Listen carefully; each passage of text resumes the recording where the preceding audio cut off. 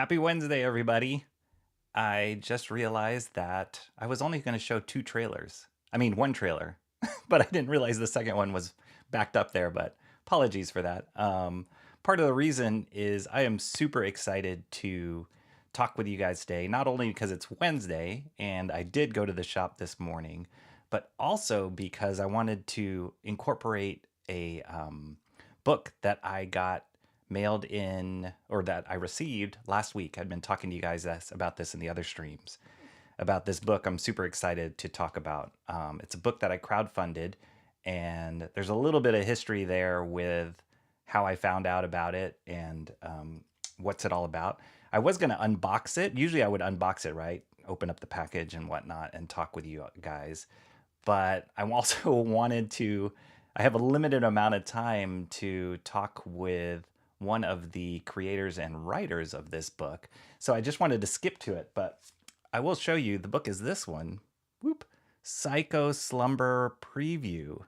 How cool is that? Now, it's got this awesome foil cover, so there's going to be a lot of reflections. But this is the book that I got last week, I think it was. It came really fast. And one of the writers and creators on it is a guy by the name of Adam Lawson. And he goes by Gifted Rebels, I think, on social media and on YouTube. And I've been really dialed in on what Adam's doing just because he's got an incredible passion and love for comics. And so I just reached out to him and I said, hey, man, I would love to have you on my show to talk about this book. Are you into it? And surprisingly enough, he was. So I'm just going to jump into it. I will definitely catch up in the chat as I loop back later, you guys. You know how I am with my chat. I won't forget you guys. Hello, everybody. But I do also want to respect Adam's time because we got a limited amount of time here. So let me call him in here and get going with talking about this. So, hello, Adam. Hey, how you doing, man? Nice. Nice to see you. Are you hearing everything okay? No, I'm hearing everything great. I'm Awesome. actually, at my comic shop right now because it's Wednesday, and you can see it's here. It's at this bar. He does a pop up, and you can see it back there. He set up all of his books, and then you can hang out, and That's you can amazing. get, you can get wings. You can get That is so amazing. Palmer, and it's really a fun ride I think to when like have it be a bit more of an experience than just a shop where you grab books. It's really cool. yeah. And I think that's like what's the amazing thing about just the comic book shop experience in general rather than just reading things online or ordering online. I just love that connection with the store and the books and the conversation and in your case like food, drinks, like Yep. that's amazing.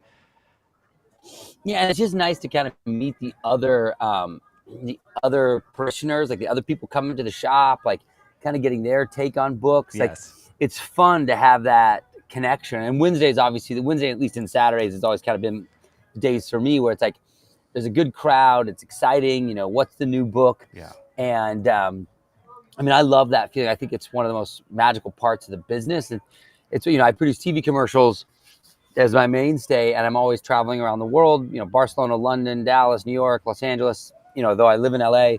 And so everywhere I go, I film, the local comic shop and do a little video Yeah. about it because I feel like they each have a slightly different experience and they're sort of valuing that experience. And in fact, I've been thinking about purchasing a comic book shop, and I've Woo. got this the guy who runs this one maybe doing one as sort of like this this side part of my life. But we were thinking about doing maybe the comic book truck. Oh my gosh. Like Like a you've got taco this idea, truck? a food truck, but it's full of comics. You go in it, you get your stuff, Oh and it my can tour gosh. around to events and places. It can be outside of bars. It can meet up with other food trucks. Um, Let me know so how that adventure. anyway, Let me know how that venture goes. I'd be like very interested in hearing more about that. That sounds amazing. yeah, I think it could be quite an adventure. So we'll figure it out over the next little while. But Um, I know you are a Wednesday man yourself, I and am. my shop just unfortunately they kind of missed their image shipment today. So I think there's a couple of books you might have grabbed that I wish I'd grabbed. Friday, Volume 3, Yes. and the new Nemesis. I love Yeah. that Friday book by Ed Brubaker and Marcus Martin. This is like one of my favorite reads. It's been years in the makings, this book, because it moves quite slowly. They Right. do it through Panel Syndicate, so it's a digital first and then goes to trade. And Do you read it but boy, do like you read it digitally? I did it first. I read like the first, more than half of the series before I was at a comic shop, and I just saw the first volume on the shelf. I went, wait a minute, how's that possible? And so before I discovered that they were then going to print through Image, so I was reading it all digitally first, and I liked it on my computer. You get the double page spreads.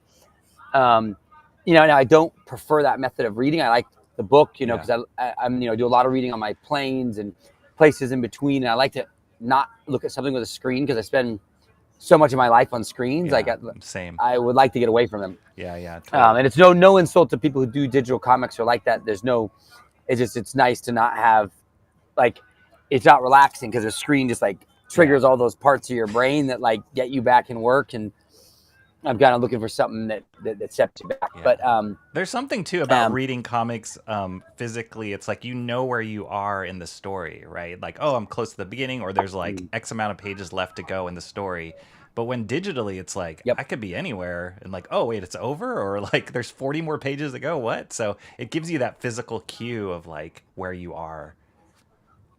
Yeah, no, there's a nice thing, and so. And yeah, but that Friday book's incredible. This was kind of my stack. Holy this week, I got kind of oversold on a few things. But have you been regularly collecting like all your life, or is this a new? Yeah, I got one more. It's I've just been maybe these last 4 years, 3-4 years that I've been going. Yeah. That's the rad bartender here. Nice. And where I've really been like treating it more religiously. I was doing Snakes on a Plane, and Samuel Jackson showed up to set with 100 bullets, and oh my gosh. I kind of gotten away from comics, and he was reading that, and I thought, gosh, that's cool enough for Sam Jackson. That it's got to be cool enough for me. And so I remember reading 100 bullets and feeling like, man, this is really what I long for in comics. Less of a superhero story and more these other. In this case, it's a crime noir with this deep conspiracy element. That was really more my passion. And not that I don't like superhero books, and I love Long Halloween and Watchmen and Hulk Gray and many of the great works, and I occasionally read them. But like I kind of fell in love with this non-superhero pathway, and then that and it was kind of like that's what kind of like tipped the door, so it went from like 100 bullets to Scalped, and it was like, oh, this is just so wildly exciting what this can be. Yeah. And that kind of got me into collecting it more and more again, because I kind of had a break of probably like 5 years, 7 years, maybe longer ago I didn't. Yeah. But this stack is gnarly because I got talked into the death metal universe. Gosh. Yeah. Capullo. And so Snyder, is it Snyder, right? Yeah, it's Snyder and Capullo on both of these. And James Tinian the fourth, who I love, who I just met at Revenge of Comics and Pinball. Oh, I saw that. Saturday. I saw your video. Yeah, you got him to like sign. Yeah, surprise signing. He just showed up randomly, so there was no one in line. I got to chat with him. Super cool guy. But yeah, so I got into all the death metal. I got offloaded here.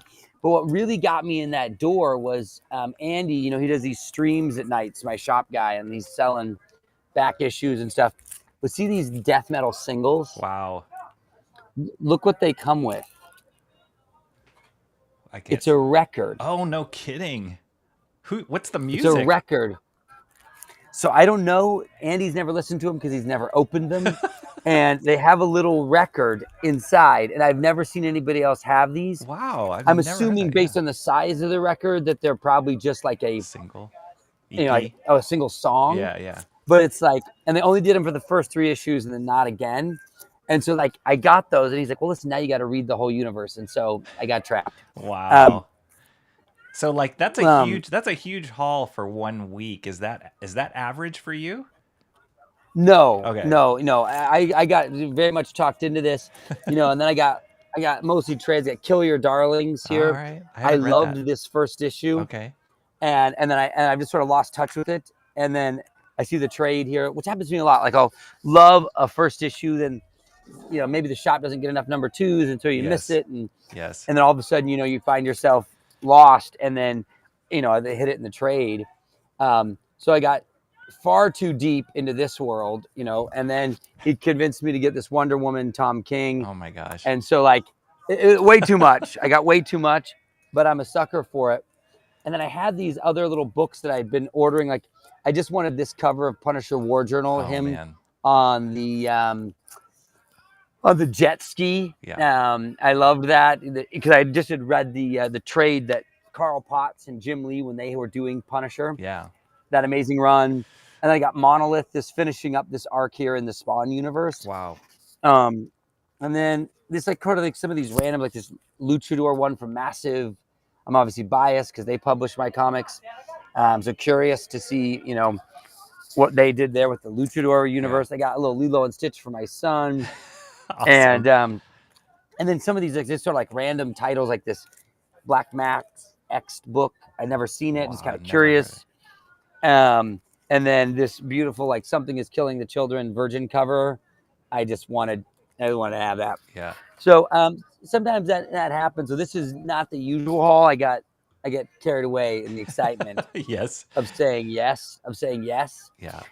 It's probably way too much, but I think probably more the normal stack is more like something more like that world. Yeah. That you can possibly get through with that kind of in a week. stack, though. I can't imagine what your like backlog is, because like I get maybe like maybe 3, 4, possibly 5 issues, maybe a trade here and there every week, but my backlog is like insane, and it just keeps growing because I can't catch up. And then I'll read stuff from the library, or I'll go back and look at my own back issues, get caught up in different trades that I already own, and I still don't catch up. So it's a little insane, but I think that's everybody's like that. No, I'm never that way. I have too many stacks. Yeah.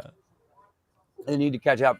But I try to read, like, when I go on a flight, like when I have a shoot in Barcelona coming up, I'll go back to Barcelona. I'll read like 8 trades. Yeah. On the trip. So Nice. on maybe on one, maybe depending, like that's a 10-hour flight. So I might do like 6 trades one way and 5 or 6 the way back. So I might get through more than that. Right. Yeah. So I want to pivot a little bit here, Adam. I would love to talk about this Psycho Slumber preview. So I love this. Well, I discovered your stuff from your videos that you were doing of the comic book stores. I just got like really inspired by your passion. I mean, everybody can see it even right now. Just talking about comics seems to like just jazz you. Like it does. I just love it. It just brings real joy, and it's like, oh man, I just can't wait for the next book, the next story. It's like, it's just kind of the most exciting visual medium right now, because I work in film and television, and TV just is like this, film and television are doing the opposite, right? They're imploding at a wild rate. Yes. There's gonna be less and less television, less and less movies. We've lost about 30 or 40% of the total industry's value, and it's on a permanent basis. And so people just aren't watching them anymore, and they're too expensive to make. And so, whereas comics, because you can kind of make it with just a couple of people, and it's like it's all passion, you can still get crazy cool stories that you can't get anywhere else. And I like detaching from a screen. So I'm into it. So that passion. And then I think I caught like right when Jawbone was ending, I missed that campaign and it ended. I was just kind of connecting the dots with you and your involvement with that.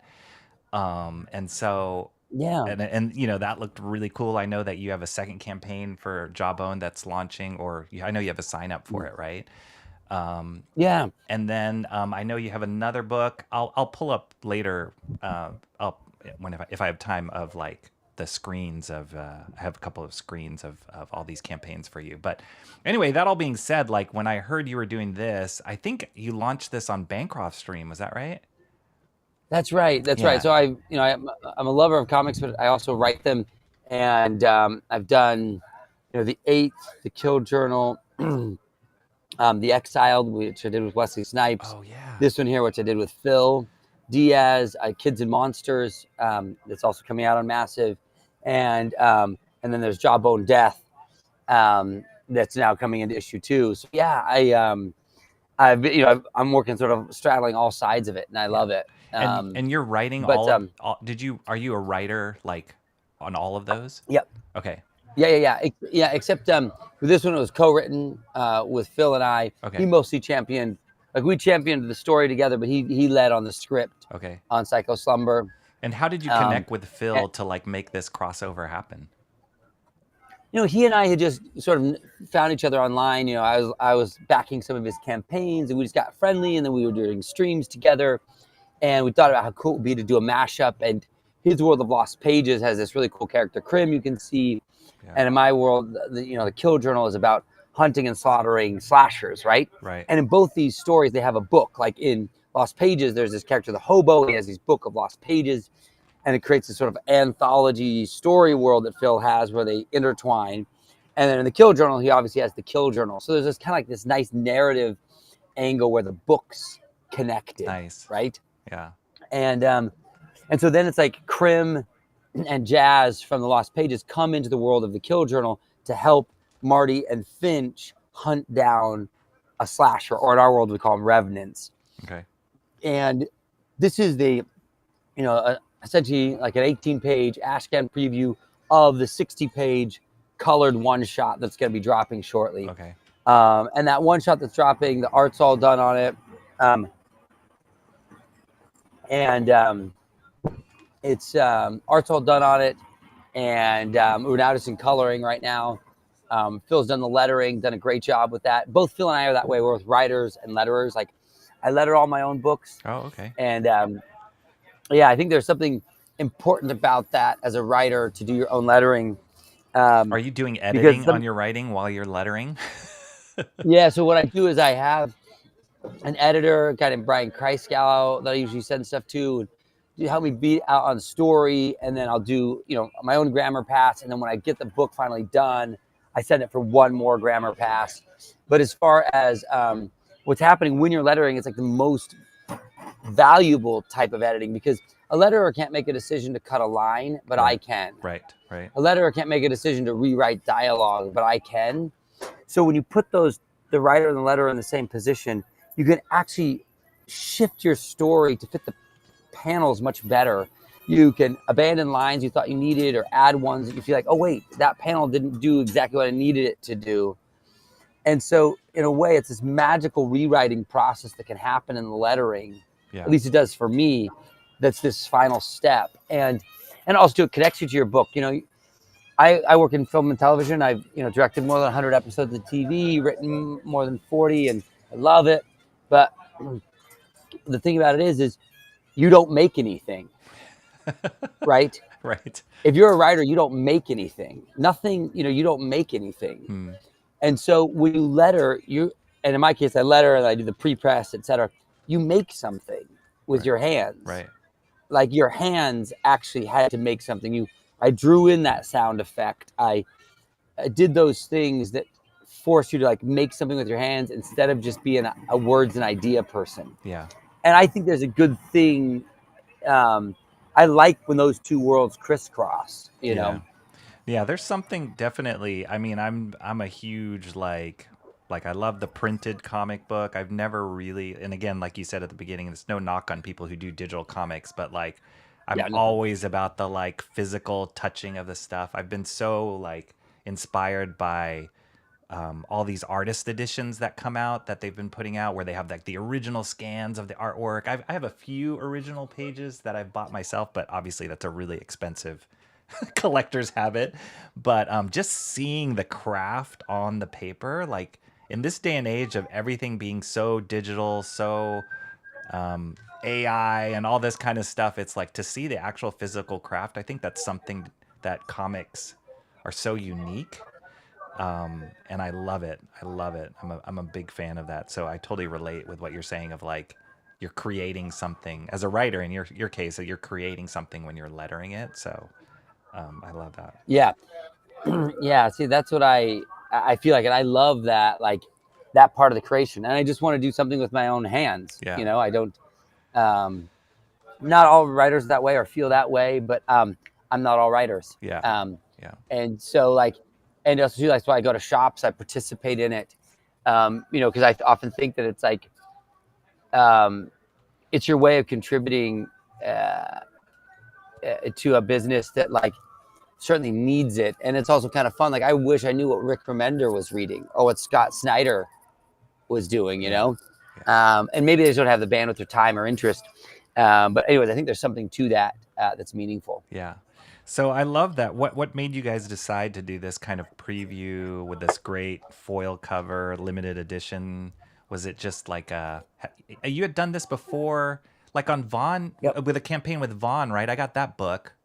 I did it with I did another one shot in this World of Kill journal. Okay. That I did it on Slumber as well as this. I think what I like about it, what's really fun, because see, there's only 50 of these, and I don't even have one. Neither does Phil. You have one. We sold them all to the limit. Right. Because I think for one is we wanted to, in this crowdfunding world, how do you build something that's really exclusive and collectible and exciting? Yeah.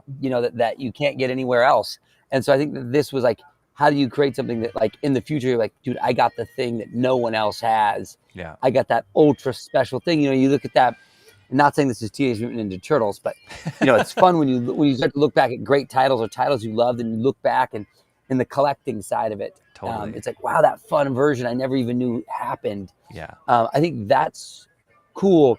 I'm a reader first and a collector second, but I think in these campaigns, it's nice to create something that is a beautiful collector's piece. No, it's super smart. It's really smart. And as ultimately I want to produce comics myself and not just be a fan. Like I've worked in the animation industry. I've been an artist all my life, but definitely, and it's been a dream of mine to be like a comic book artist. But then my career path kind of took this route of going into animation. But now, similar to you, it's like I could create a whole story on my own. And like, I don't need a team of, 20, 30 people to like pull together a story and go through approvals and all these things. Not that I don't love that part of it, but something about comics, about getting a story out there, could be one singular vision and you can do the whole thing, is really exciting for me. So yeah, I mean, just the way that you guys are thinking about not only as a reader, but also like as a collector, that's such a huge thing. I love that. I love this approach. I love Ashcans. I collect Ashcans. I love black and white books. So this totally, like when I saw you guys streaming it, I was like, oh my gosh, I gotta get one. I didn't even watch the whole stream. I was like, I just gotta order it because I want one of these. No, I know we sold them out that day within 24 hours. They're all gone, and so it was that was the chance to get them, and I think that's fun too. To have that experience, like, ooh, I got to chase this thing. Yeah. Like to some degree, that's really fun. Now I know sometimes some people do not like the chase about comics, and I can understand. Those are the people that don't get it. That's why they're the ones that don't win the chase. Yeah. But like I know there's some people who just don't, who don't really care for that. But I think it's, there is a sort of an exciting, fun part about like, ooh, did I get that? Did I get that? Yeah. Especially now that like indie creating and crowdfunding is becoming so huge. It's like this new economy, right? For entertainment, for getting stories out there. To be like at the forefront of that or at the beginning of that is very exciting. Yeah. It's very different than like when Image came out. Image was great, and I was an Image boy like when those books came out and all those artists, all that fervor. But it was still bigger than the independent market, right? It's like those guys had their reputations. But this is super and cool. It feels like right, and I like that. It feels like there was this time of that, and not that I'm one of those guys or have that much excitement about it, but I love it, and it's a cool experience. And this is an action horror book, and I love horror and comics.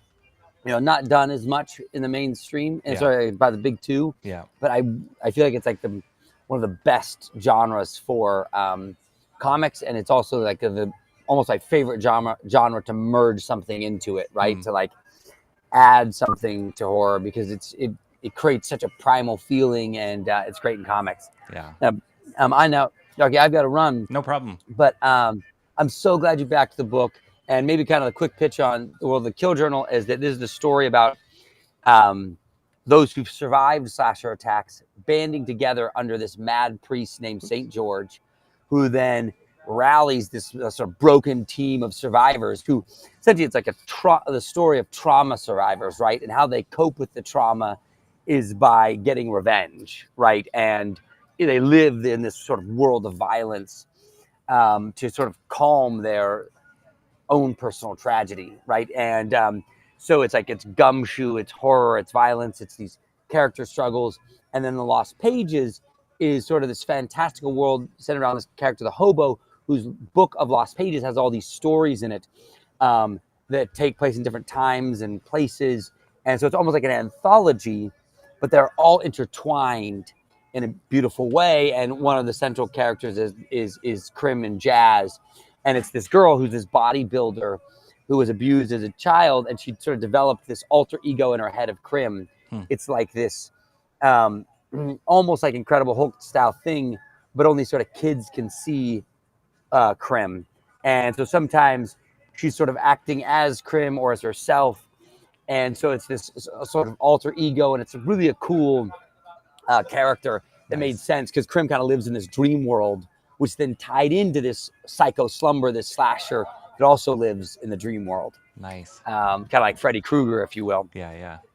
But yeah, so that's the pitch on what the story is. Yeah. But the full one shot's going to be coming soon. Obviously, I'll be all over Twitter with it and Instagram and socials. What's the best way to follow your stuff, Adam? Is it Twitter, X? I got your Twitter site here, YouTube. Yeah, X.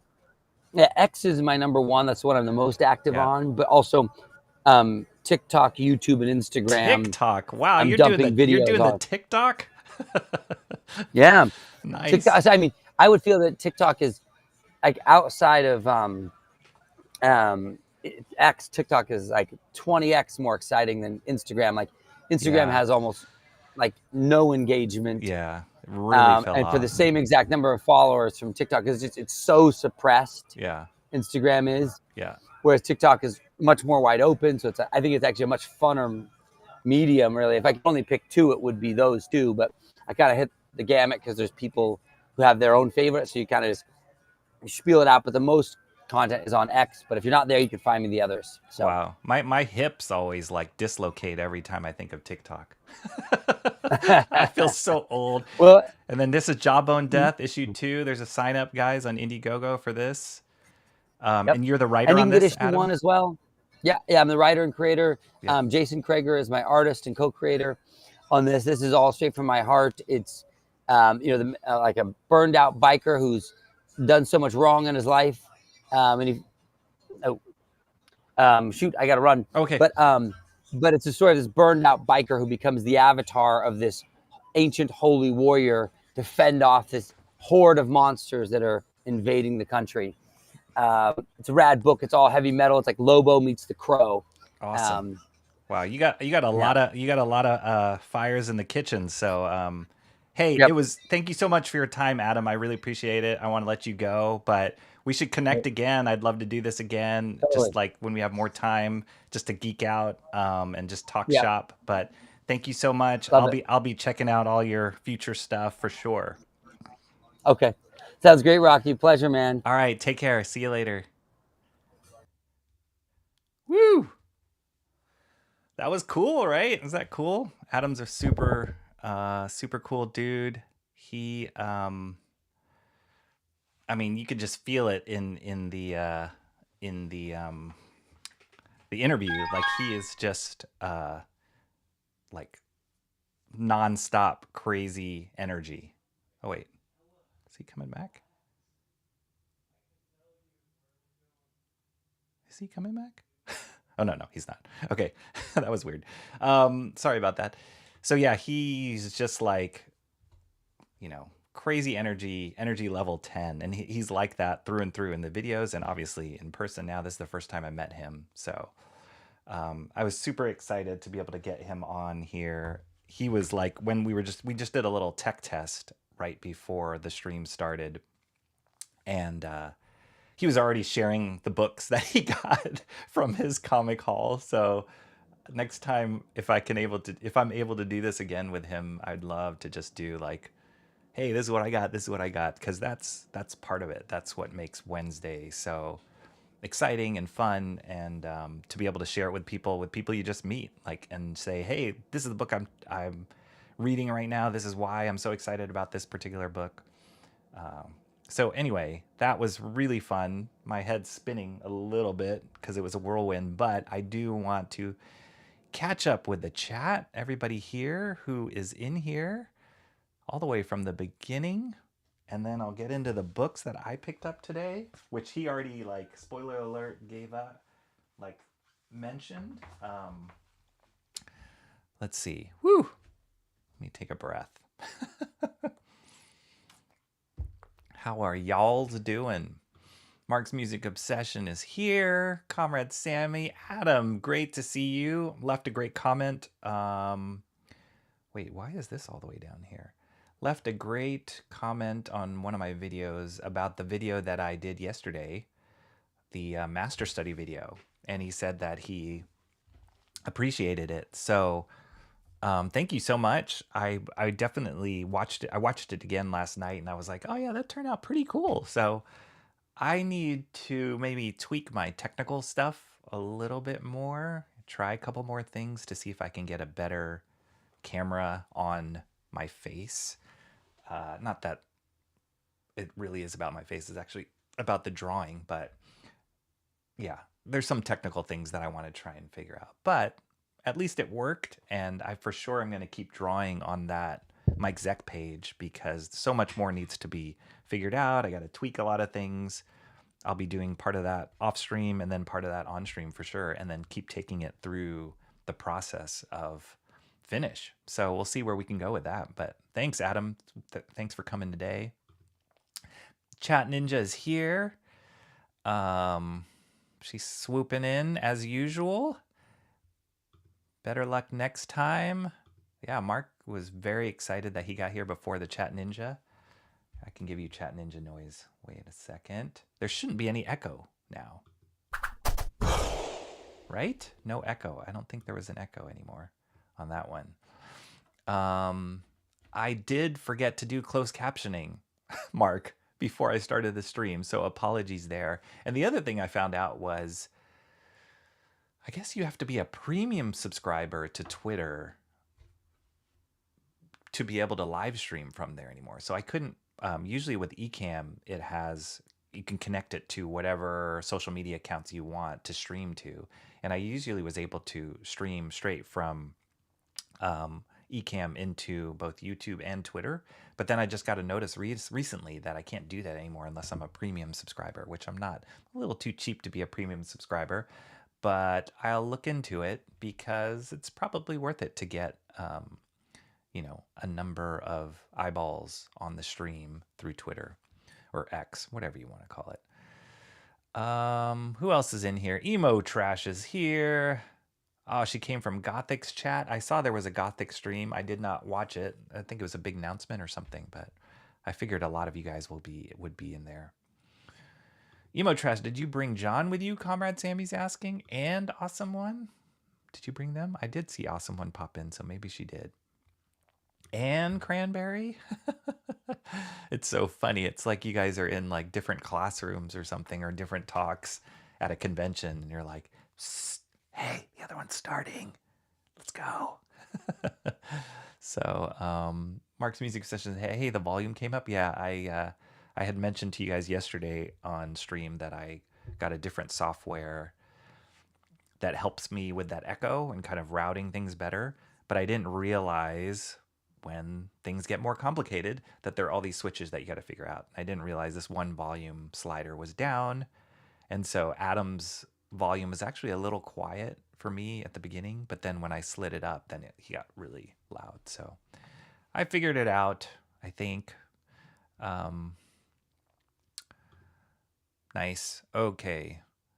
Back to your normal setup. Yeah, me too. Like, see, get nice picture, nice clear picture. nice lighting, not some janky looking like in the basement. I mean, it's literally over there, guys. But it's amazing what a nice camera will do and what some like properly set up lighting will do for you. So that's movie magic. Different Adam, not me. That's what Adam says. Yeah, that was Adam Lawson. And you guys definitely follow him on YouTube, follow him on X, and I guess TikTok. Is that the place where all the you youngins are? Just like I don't want to make crazy thumbnails with my face going like this on it.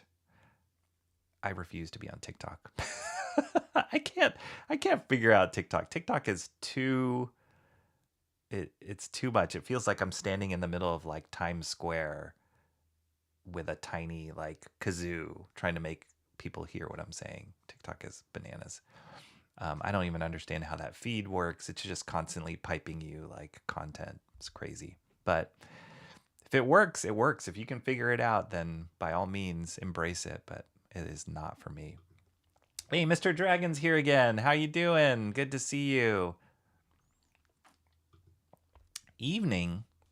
Wait, it's not evening. Where are you, emo trash? It's not evening.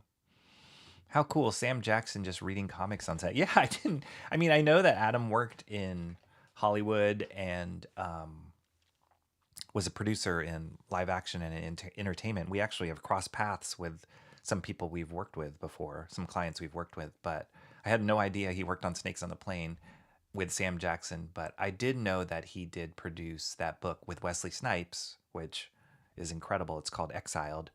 But that's an incredible thing to work with Wesley Snipes. But Sam Jackson, he's a big comic and animation fan.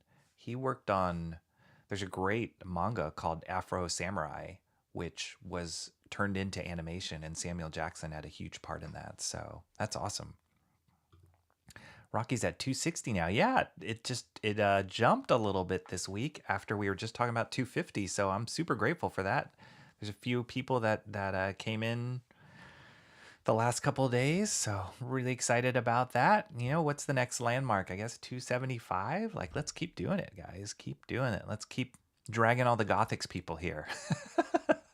It's a steady stream from John and Emo Trash and Comrade Sammy, all you guys.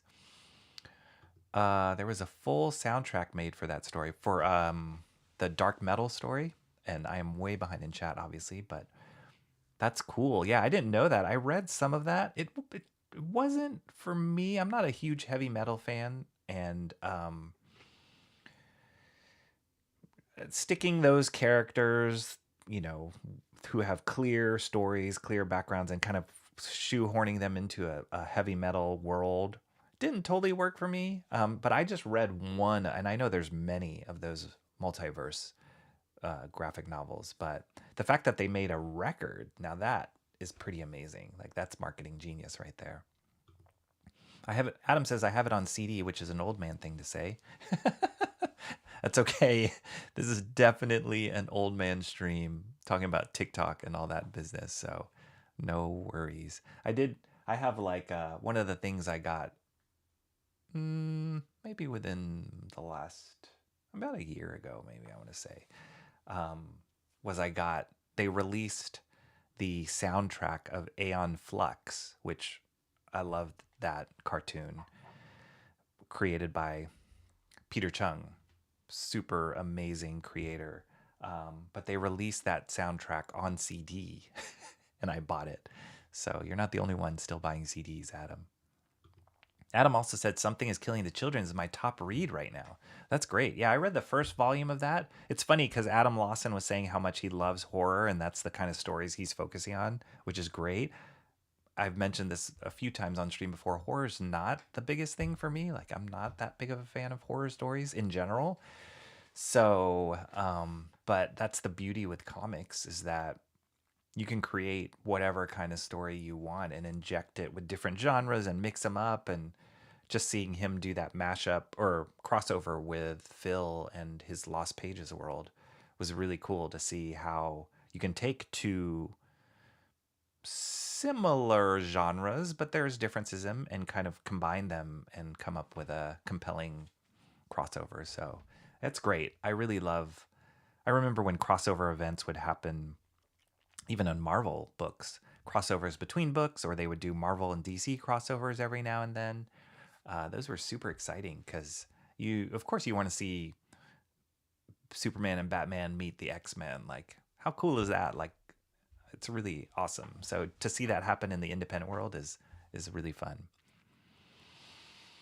Your cousin is looking good, Rocky. I don't know who you're talking about, but that's normally the case. Awesome one. If you're talking about Adam, yes, we have the same mother. um, John hasn't showed yet. Awesome one. Given the link for the Zaid Brothers comic shop, they've got lots of products. Phil and his brother. Oh gosh, I forgot Phil's brother's name. Apologies, but I know they've produced a lot of content. They produce it fast, so check out their stuff. Okay, where are we? I'm like halfway through, I think. Emo Trash, talking about her pup. Oh my gosh, what are we talking about here? Whoa, what's up, Shanth? Shanth man, heck yeah, rock, make that comic. I'm getting there, sort of, maybe. I don't know. But thanks, brother. Thanks to you and your inspiration. Um, it's so good to see you, and it's so good to see the stuff that you're producing. That's always a motivator for me. Just how hard you work and how much you put yourself out there. So always appreciate the encouragement. Awesome one says, Rocky makes a story where chat becomes your characters. We highlight a person of chat and their adventures of who you think we are. That would be cool. That'd be a choose your own adventure. Could be awesome one week. Have a spin-off book about emo trash. That could be awesome. Shanth in the chat. What's up? Awesome one has had a stroke of genius. Here we go. Make me the chaotic history spouting derailer I was always meant to be. For sure, for sure. Mr. Dragon is here. What's up, Mr. Dragon? TikTok is where the youth is. Yeah. I don't know. That's why I'm not there. Good interview. Yeah, it was fun. It was super fun. First time I've had somebody on here that I didn't know. Usually my interviews are with people I know. And trying to expand that out a little bit more because people that you don't know but that are into comics, that common denominator, like you can connect on that level and share things that you're excited about. It's really fun. I'm already inspired by it. John missed the interview. That campaign isn't active. Which campaign? Is it which one? Jawbone? Yeah, I guess just like definitely track Adam on, I'd say he's pretty active on X. Track him on there. He'll probably announce whatever campaigns he's working on first and foremost there. He has another campaign, a book called Kids and Monsters, being produced with Massive. Let me see if I can call this up. I did have this, but I didn't show it when I was talking to him.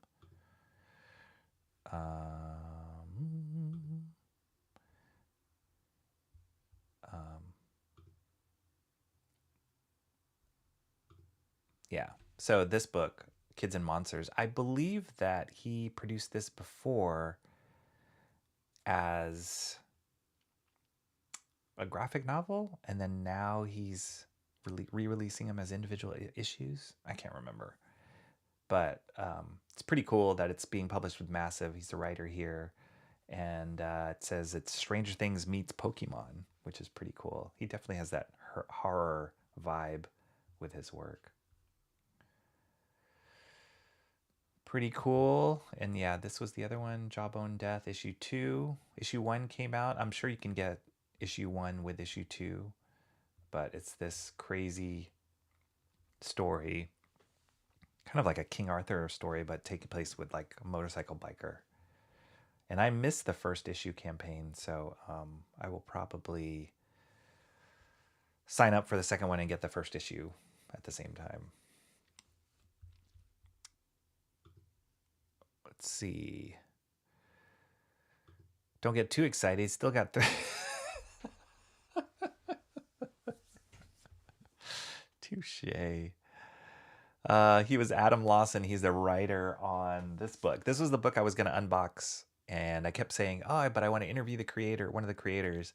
So finally got him on the stream, and so yeah, he was one of the writers. He teamed up with Phil Diaz on this to write.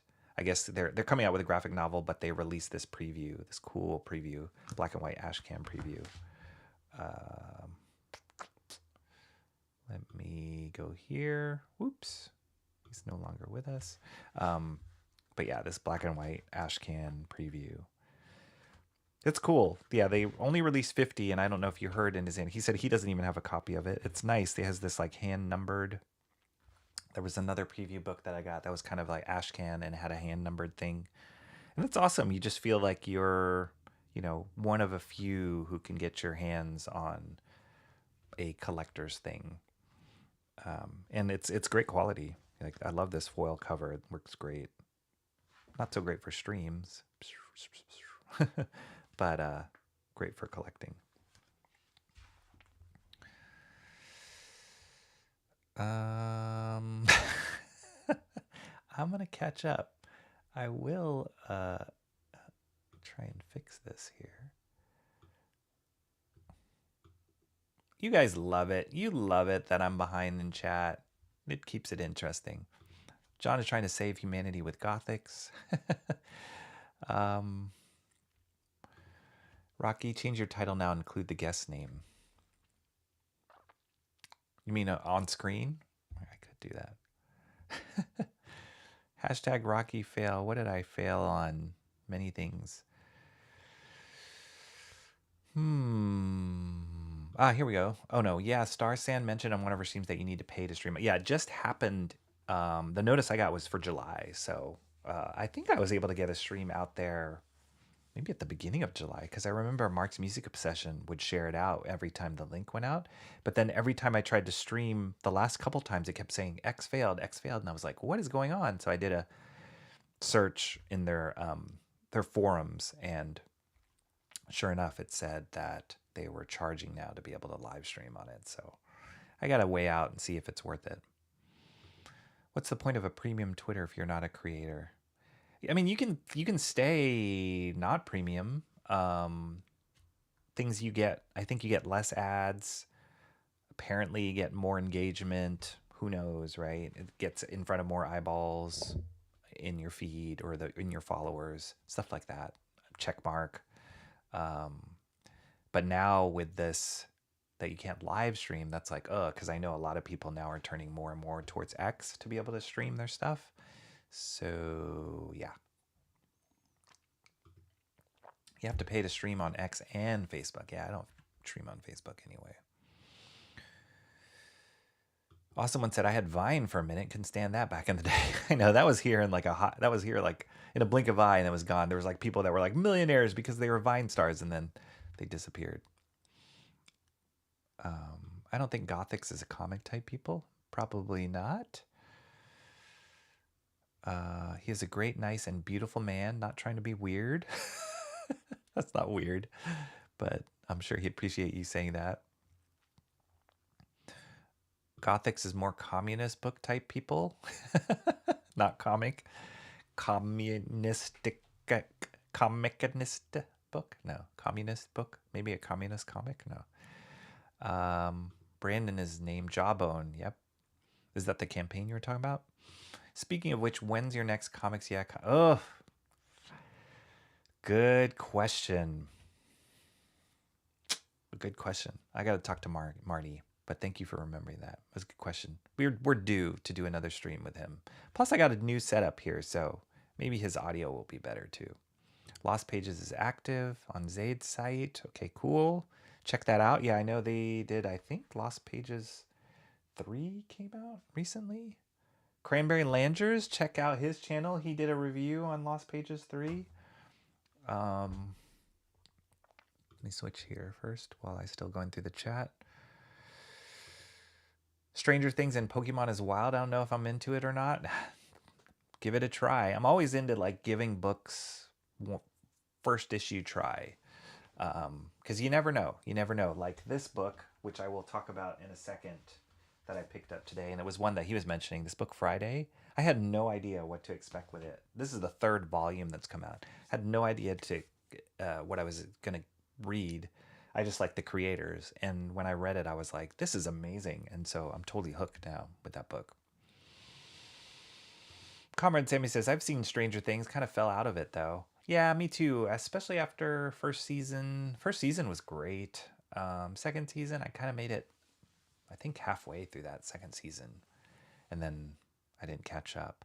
I think part of it for me too, and this is the case with shows that have to do with kids in them. They can be great, like Stranger Things was, but then when you start seeing them get older, it's like, you're like, ugh, it's like this weird, awkward puberty phase. And I don't want to see them get older and their voices get lower and yeah, gangly. And yeah, nobody want going through that phase yourself was hard enough. To watch a whole bunch of kids that you thought were really cool and cute at the beginning go through that is just like, I have rarely seen that done well. Rocky, did Ghostbusters teach you nothing never crossed the streams? That's a good quote, John. I couldn't help it. It was the only time I could get on Adam's schedule. He's a busy dude. So I had to fit it in. And he was like, I'm going to go to the comic book store. And then I got to go. And then I got a little bit of time afterwards, which I guess it was time to eat chicken wings and drink a Arnold Palmer, which is awesome. That's a great pairing. But yeah, sorry to make you choose between different streams, but that's kind of the way it goes. Hold on one second. I just got to check one thing here. Okay. Curious. Weird email. Okay. But John, welcome here. I'll give you a sound effect. Goes, what's your name? He goes, John. There we go. 11 is God, and she creates another dimension where her enemy becomes a god. So it's basically a will to power show if another season happens. Oh, is that true? Or are you just pulling my leg? Because that is so different from season 1. Oh boy. Welcome finally, John. Hello, John. Well, look who decided to show up. Missed his special guest. You can watch it on the replay, John. It's good. It was an interview with Adam Lawson, who's he's a comic book writer. He's a producer, super high energy guy. And I've been loving his local comic book store videos that he's been doing. I think he started doing it, at least I started noticing his at the same time I was doing mine. And so that's kind of where the affinity came to like what he was doing. The best part about his videos is he's in them and he is so high energy and so excited and describing the stores and walking around the stores, as opposed to me, who I like to stand from a distance and be like, look at this cool store, make your own judgment. But for him, he's like, this cool store is awesome. So totally different vibe. But yeah, I love his videos. They're great, really well done. And the stores that he visits, there's a couple in there I'm like, I need to go visit that store. He just did one today that I saw launched, I think this morning. And it's run by this woman who is like 75 years old, and she took over the shop after her husband died, and it just looked awesome. It was like, comic book stores can be so many different things, just like the genre, or just like comic books themselves can be so many different things. So yeah, it was just cool to be exposed to that store. Okay, you guys are talking, this is Stranger Things talk, right? Yeah, I'm so out of I'm as far behind as I am in the chat. I'm even farther behind in Stranger Things. Yep, that was Adam Lawson. Go follow him on X. He has a YouTube channel and apparently TikTok. I gotta go. Bye, everyone. God bless. Take care. See you later, Mr. Dragon. Thanks for coming. Hope to see you around. Man, I get to a point where I can do I still got a long list. Emo Trash, you are literally next in line for my sound effects. But man, that would be cool to do one for a Mr. Dragon. That would be cool. Rocky, change your stream title live and add guest's name. I will. I will when I'm done here. Awesome one. Yes! That's awesome! Thanks for the suggestion. 11 will be 33 when next season. Yeah. It's true. It's really true. Yeah, she just got married. She was in those movies Enola Holmes, which was like Sherlock Holmes' sister. My daughter liked those. I had heard there were rumors of her. I'd seen some like comparison images of her with Carrie Fisher, like her playing a young Princess Leia, which would be awesome. But that didn't ever happen. But yeah, I like her. She's great. She was great in season 1. Really, really good in season 1 of Stranger Things. All right, let's see. Debating walking, Rocky's stream leg might be the determinant factor. You can take me while you walk, John. You came late. No, go get a walk, please. Watch your health. Take care of your health before you take care of your nerd health. I'll cash you outside on the replay, John. All right, see you later, John. The government created a god that they can control, but found out they can't. Oh, is that the Stranger Things story? Wow, I had no idea. Okay, walk may make it more exciting. Could see what the junkyard ditch is up to. You can do it live. Enola Holmes was good, I thought. Yeah, they had a part 2. I didn't watch part 2. I watched some parts of part 1, and it was all right. It's all right. But I like that actress. I think she's good. Okay, cool. I think I caught up on the chat. How about that? All right. Let me just... I heard he's working on... Whoa. Let me just get to the books that I picked up. And then... yeah. Okay, cool. Where are we? Interview, review. Okay, cool. It's a little different than my setup because I had to do it for the interview, but it's all right. So we already talked about this one. Psycho Slumber preview. I got number 27 of 50 copies out there. It's cool. Black and white. Written by Adam Lawson, Phil Diaz. And then this is the artwork. The artist's name is Juan Gedeon. Not familiar with his stuff. But it's just cool. It's a great way of exposing people to a book. I love Ashcans, like I'd mentioned to Adam. There's just something about them, something about that black and white art that really connects with me.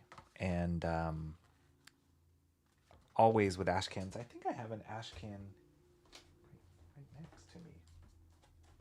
Yeah, check out this Ashcan.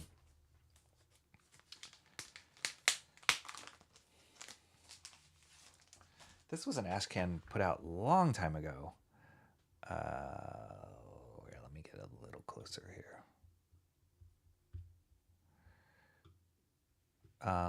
A Savage Dragon Ashcan. Wow, that light seems a little bright.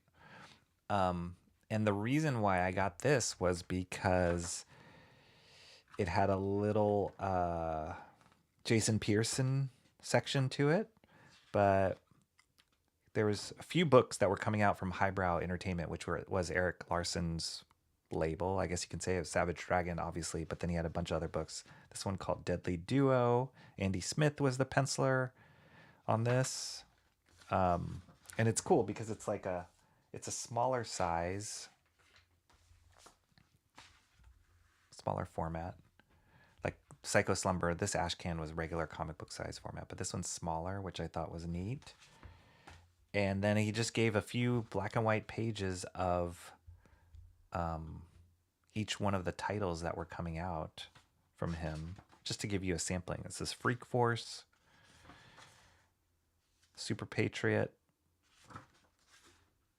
Star, and I love how they like included some of the like handwriting on the boards still. Like they didn't try and doctor it up. This is Super Patriot, Dave Johnson on Super Patriot, which was awesome. But yeah, like you can see like the like hatch marks, the numbers, the like notes. It's fun. And then this is why I got the book, the Ashcan, because it had these black and white repros of Savage Dragon Blood and Guts, which is Jason Pearson, one of my all-time favorites. Love seeing his stuff in black and white. And then he talked about Savage Dragon here.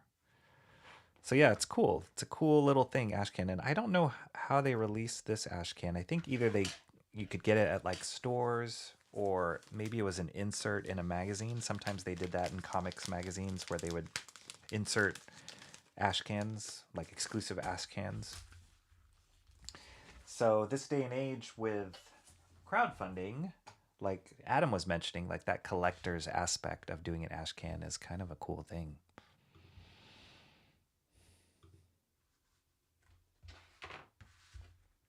All right. Adam asked, did you get the new TMNT #1? I didn't. You know, like all the new TMNT stuff, Adam, I like the last TMNT thing I read. That's not true, not the last one. The last major TMNT book that I read was TMNT Black, White, and Green. Let me go get that.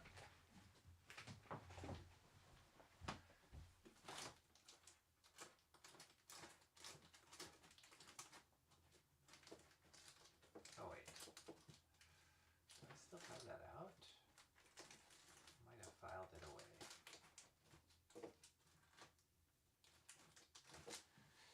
I might have put that in another box. 1 second.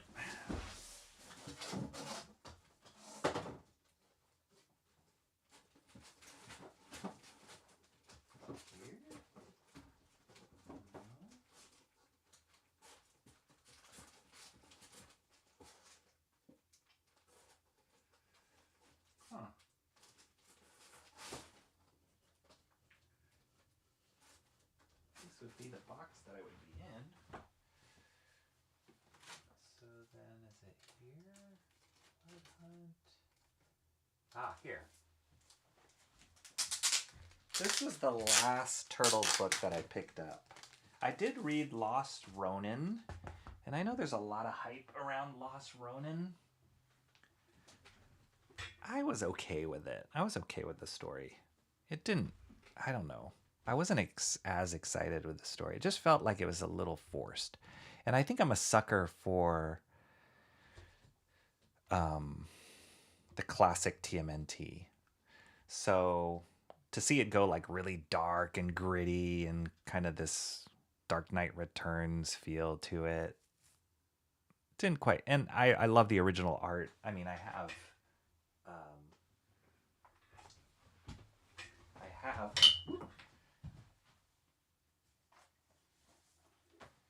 like this one I'm rereading, the classics I'm rereading right now, which like this is my TMNT right now, like, and so stuff that deviates from that or takes it too seriously, I love this original art.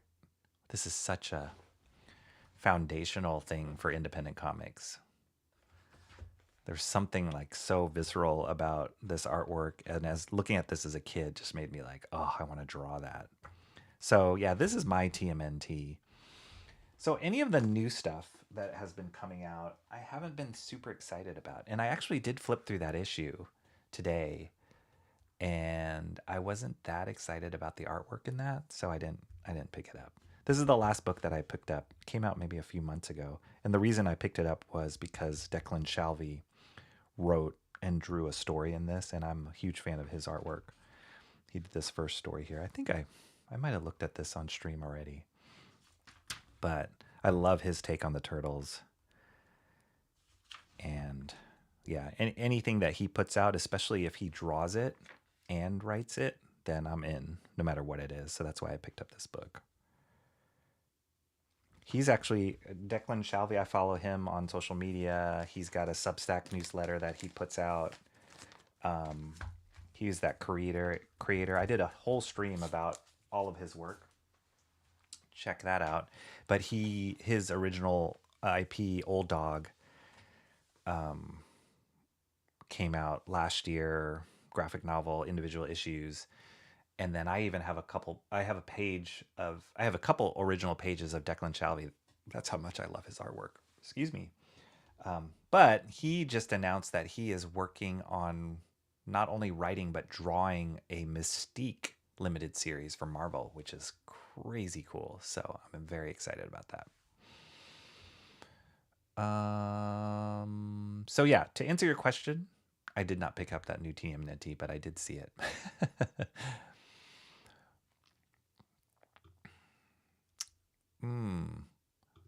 Oh, you're talking about the junkyard.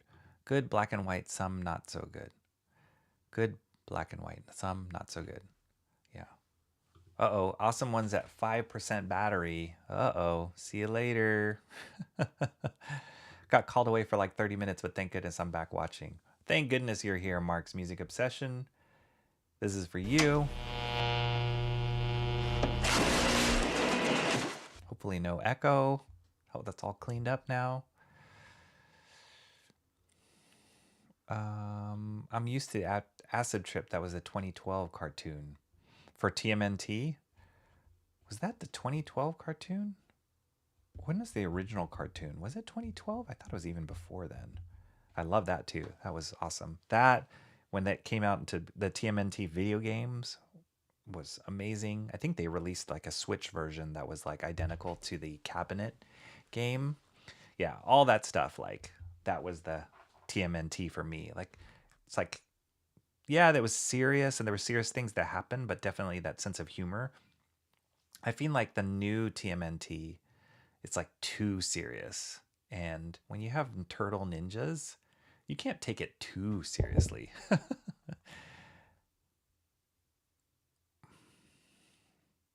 2018 one, that one is possibly even more of an acid trip.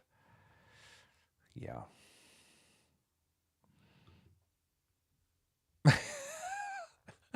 I've got 2 tablets. Well, then why did you warn us about the other battery? You're all set. Mark's boat said, "Speed me." He answered the call. You are quick on your feet, man, with the puns. Amazing. Original TMN, yeah, it was in the 80s. That's right. That was the one I grew up on with. I love that one too. I mean, it was also my generation, right? Okay. Next book we'll talk about, Void Rivals. So this one, I would say, it's maintained the quality for sure. Let me zoom in. I just feel like the story is like, I'm not sure where the story is going on this one. This is already issue 11, and I feel like I know the dynamics that they've set up between the 2 worlds and the 2 main characters, this guy and a girl. And they kind of gave the backstory already of like, oh, they're warring planets and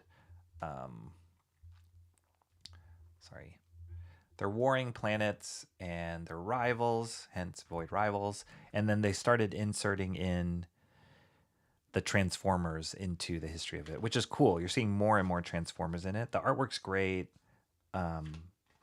The writing itself is great. It's good. Some good stuff, good action in there. I just find the plot, I'm not sure exactly where the plot's going. It feels like it's like we hit season 2 and they're just stretching it out now. So I don't know if I'm going to keep, I mean, I've given it 11 issues. So after I read this issue, we'll see. But I mean, I have faith in Robert Kirkman for sure. I just don't know where this is going to end up. But it's cool to see these Transformers come out more and more. But yeah, I had to pick it up. And then this guy is chasing, he's kind of this unstoppable force that's chasing both of the main characters, trying to kill them because they're working together. And the last thing that he and his bosses want to see is their worlds uniting. So, but yeah, I feel like the last couple of issues, I didn't learn anything new necessarily, and the dynamics were very similar. So we'll see. I'll give it maybe another, after this issue, we'll see if I give it another issue. All right.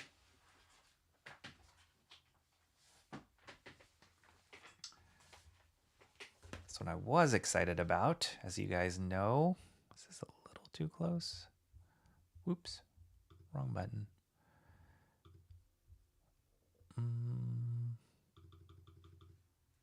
Okay. All right, what are you guys saying? Modern TMA. Exactly. Thank you, Emo Trash. You can't have TMNT without the cowabunga. So when you get all like dark and gritty about your ancestors and, you know, in Lost Ronin, 3 of the turtles are dead and it's just one turtle. I think it's Raphael. I think Raphael is the one that's left. I think he's the Lost Ronin or Last Ronin. And he's talking about how depressing it is without them. It's just like, there's no more cowabunga. That is absolutely the right comment. John says he never did acid, not able to compare. If there is no Krang, it's not the turtles. Krang also. Yes. I remember in oh my gosh, in the original issue, they have that one scene very early on, or maybe it was issue 7. And it's funny, this actual compilation, this Ultimate Collection, it's great because after each issue, they have commentary from Eastman and Laird talking about like what they were thinking when they were doing the book, or each particular issue. And a lot of the time, they're like, we were just making it up as we went.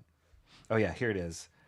They're in this like lab, making their way through this lab, and then Splinter comes out and he walks into this meeting, and like all these guys are sitting around the table, and like the character where Krang came out, they're all coming out, and he's like, what?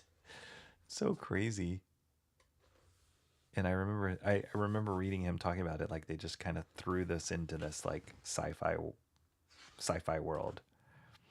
It's really fun though. So yeah, Krang, Cowabunga, I need more of that. That's part of where the 2018 cartoon hella lost me. Turtleformers more than meets the pizza. You're good. Rocky has issues with this issue. I did. Mom was bummed. Oh, dang. I'm so sorry. Yeah, I'm so sorry. It did. I guess she could watch it later when the closed captioning auto generates, not live. But yeah, there was a few other extra, as you can imagine, extra levels and buttons to press to get Adam on. And I just wanted to make sure audio wasn't echoing, or you can have crazy feedback with when guests come on to stream. So I was preoccupied with that, and I forgot to flip on that CC switch. I remember writing an essay comparing and contrasting the 2012 and 2018 cartoons as one of my first few. That's cool. I'd love to read that. That sounds awesome. I'd love to read that comparison. Yeah, did you get an A? I honestly don't remember. It was at least a B, I think. All right. They lived in actual dead bodies. Actually, no. I think they were robot bodies like how Krang had, but they look like humans. I don't think they were dead bodies. I don't think so. Yeah. I think they were robots. All right. So Rook Exodus number 4 came out. Very excited, as always, with all the Ghost Machine stuff. And I quickly flipped through this book. Jason Fabok's art is on point. Great work. The colors, Brad Anderson's colors are beautiful.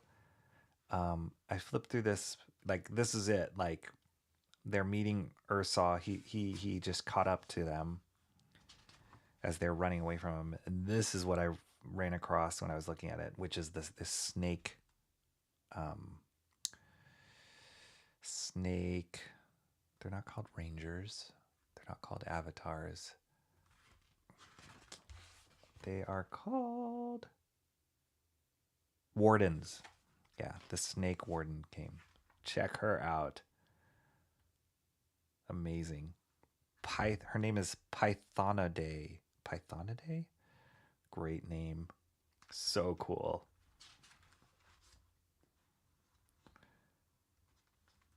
Like, they just made having these crazy helmets with animals so cool.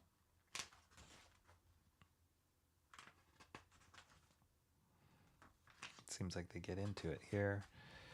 And they fight Ursaw. They leave on this cliffhanger.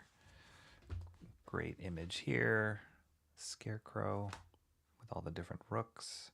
Field of Screams. I actually know that font. It's cool stuff. Looking good. I'm excited to read into that one.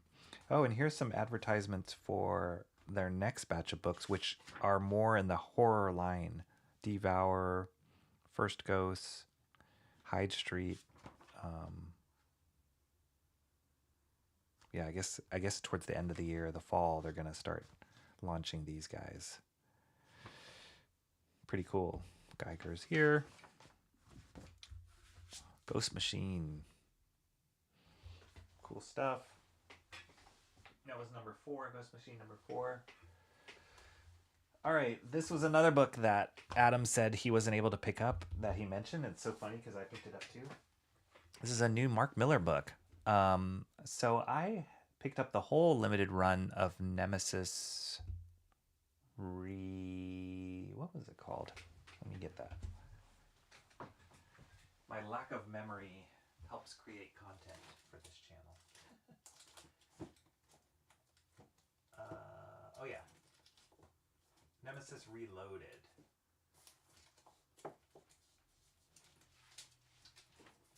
Oof.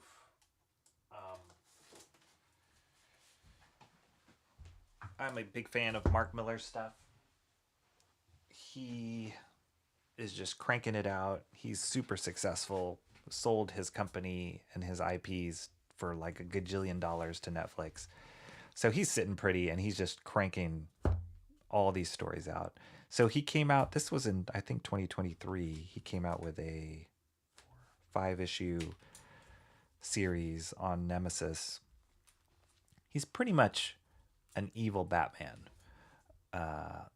He's really rich, very skilled fighter, and has got all the gadgets.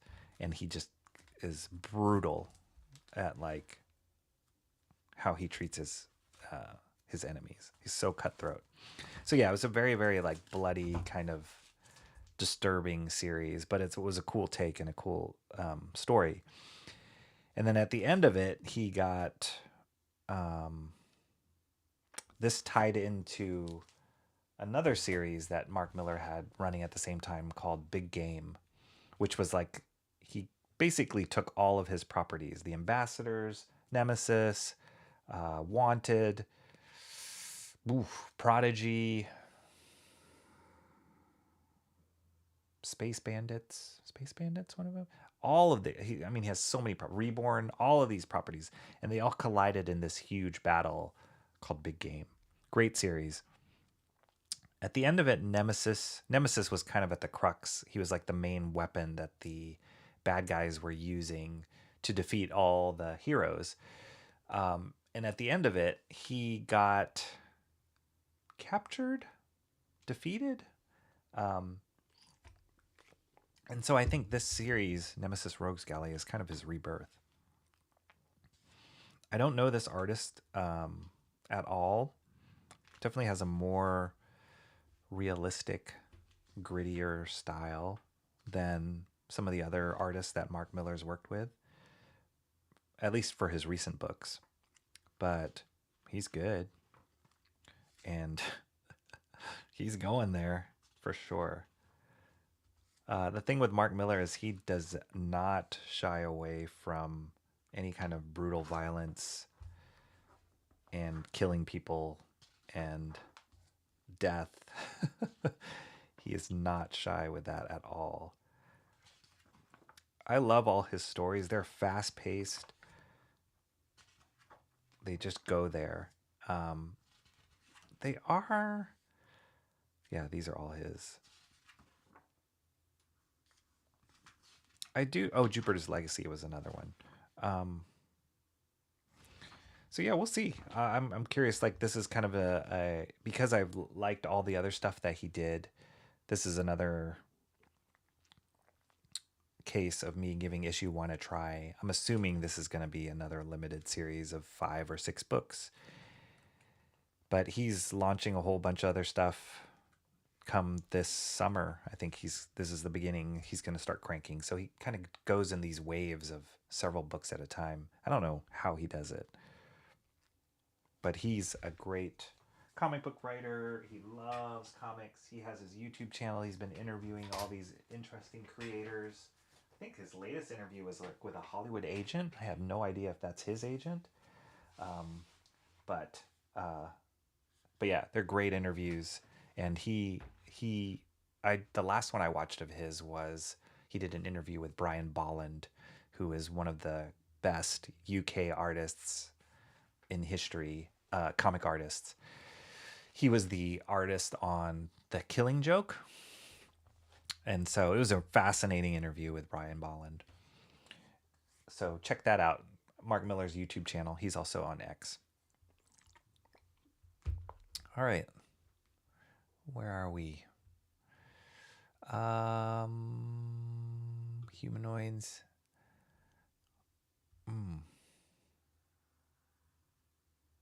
Better Bachelor just did a vid saying some corps refused to hire Ivy League students anymore. Teachers were caught for lying and cheating, and students only cared about rioting.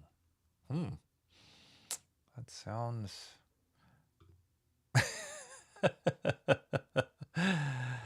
Hey, Katie, how are you? How are you doing? What time is it? What time is it in the UK? Just speaking of UK, what time is it?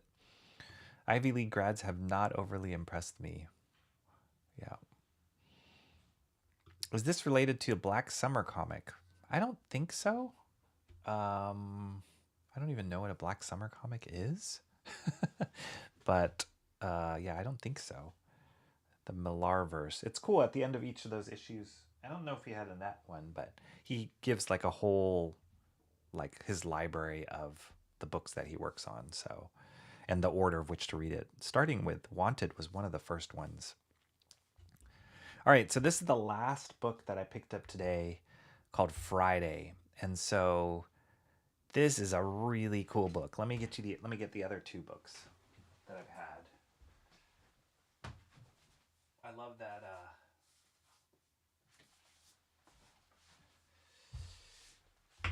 love that Adam talked about this. This was kind of the first thing he mentioned to me on before we even went live. He was talking about, I really wanted to grab Friday and I couldn't. And this was my top book that I wanted to grab today. So here's the other 2 volumes, book 1 and book 2. And so book 3 just came out. And I don't know if you guys caught it when he was talking, but basically this collective of artists, creators, writers, Ed Brubaker, Marcos Martin, and I know Mansa Vicente does the colors and is amazing, but I don't know if she is part of this collective. I'm assuming so. Anyway, they're a collective called Panel Syndicate. And they started a long time ago, actually, maybe like more than 5 years ago, I want to say. But they started producing content online, webcomics. And then they would release them and you could pay whatever you wanted to read them. So if you wanted to pay $0, you could read them for free. But they just released them as a webcomic thing. The first time that I heard about this collective was another book that they did called Private Eye. Let me go get that.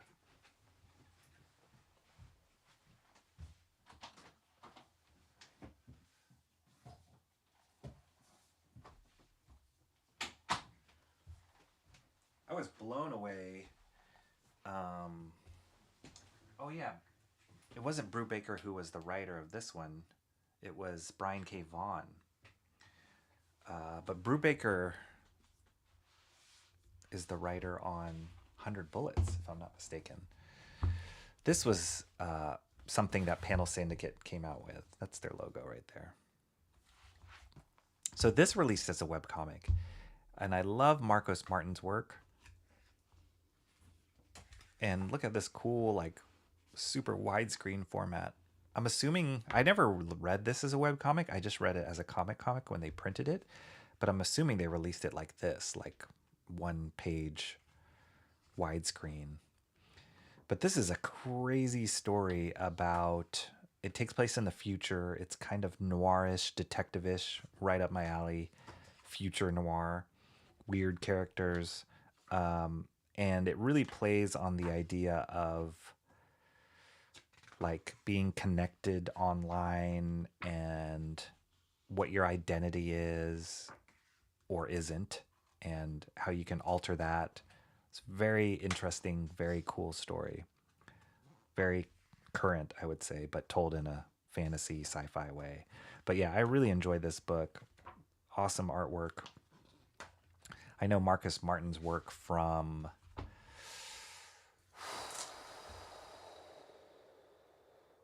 I believe it's Batgirl year one. Sorry, this is going down a crazy rabbit hole just to talk about Friday. 1 second.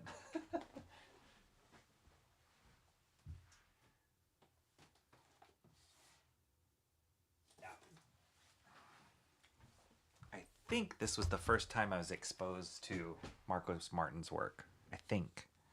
He's done some work on Daredevil. Wow, this is too big for my stream. He's got a very like simple, deceptively simple, but very competent style. Almost classic style. He's really delicate, I'd say. He's got very thin lines, but nice poses, nice designs. Yeah, I love his work. So yeah, he did this book. This was a miniseries, Batgirl Year One. That's awesome. I'm trying to think, like it's kind of, his work reminds me of Chris Samney a little bit, Leonardo Romero, Marcos Martin. He's Marcos Martin, and then the other guy who was on Daredevil. I always get him confused. Pablo something. Anyway, great artist. So this is the first time I was exposed to his artwork. And then I saw this, Private Eye, and I was like, this is amazing. So cool. And I picked it up. And then I heard about the same collective, Panel Syndicate, doing Friday. And it won an Eisner. And I kind of describe it as like, it's got a Encyclopedia Brown, Nancy Drew kind of vibe to it, which is not what you would think of like, oh yeah, sign me up. Like, it's not like comics that I normally read, but it has this horror aspect to it. Again, I'm not the huge horror fan, but it's a big mystery, what's going on, like, and the artwork is amazing. And the colors in particular, this colorist, Munza Vicente, I'm not sure if it's a guy or a girl, but the colors are great, really good, really complement Marcos Martin's style. So they've come out with volume 1. They would like release a whole bunch of issues online as a digital webcomic, and then they compile it together, which is kind of smart, as a book. And these cool little like digest books. So I had book 1 and book 2, and then they just announced book 3 came out.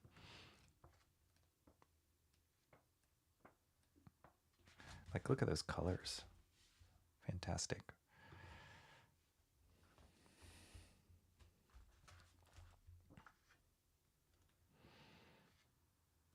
He's a great storyteller, Marcos Martin. See, it goes this route. It's like crazy. Maybe Stranger Things. I guess you could compare it to Stranger Things a little bit, but there's definitely a horror vibe to it. Some sort of mystery happened in this town that this girl is trying to find out. And there's murder and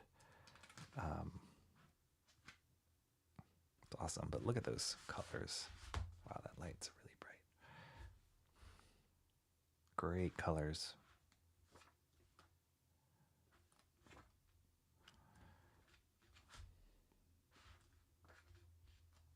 Oh, I can't remember if Marcos Martin drew on a Defenders book recently. Okay, so yeah, issue 3 came out. All right, let me catch up here.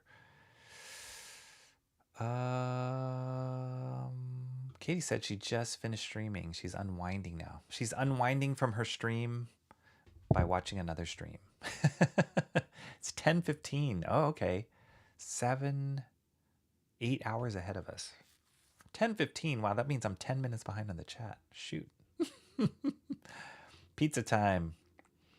Cowabunga.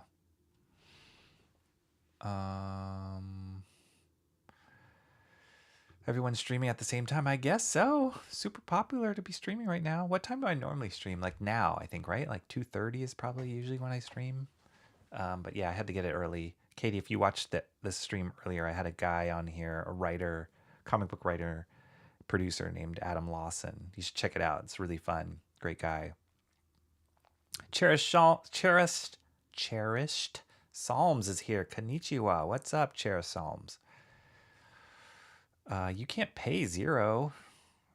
I guess it's not technically paying, but you can say I don't want to donate anything, and you'll still get to read the book. Rocky's making me sleepy again. So this has nothing to do with you being sick, John. This has everything to do with me.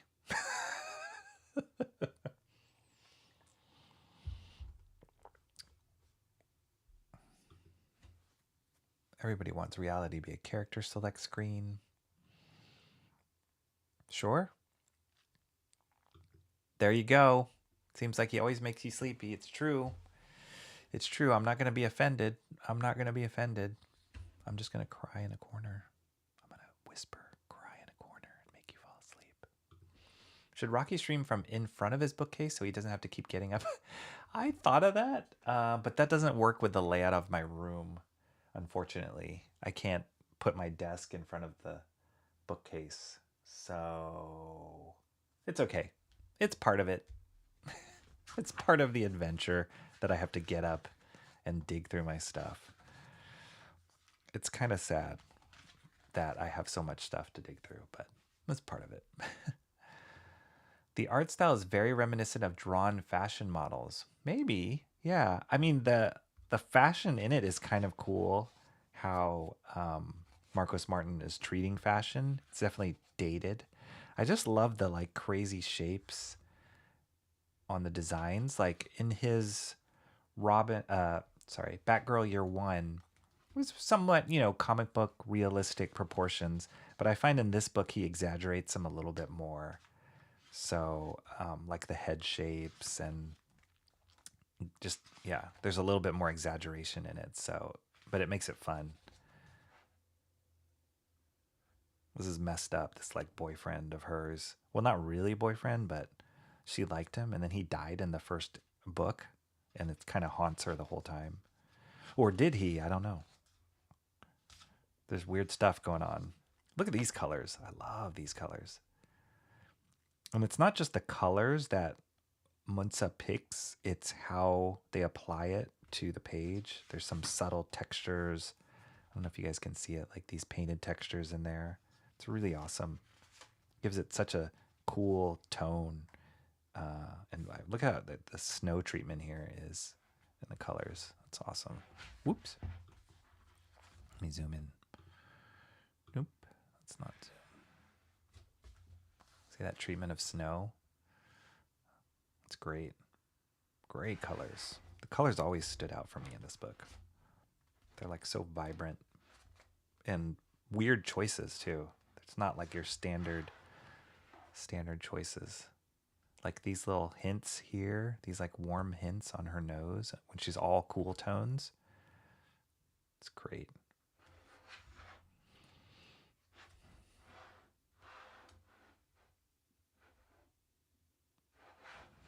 Yeah, this like hot pink highlight.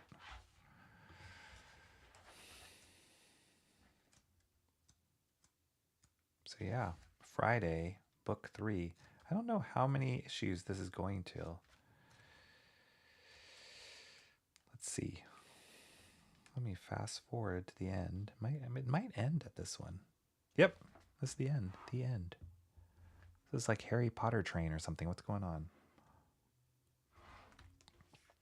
Oh, here's some sketchbook stuff. They have sketchbooks at the end of the other ones.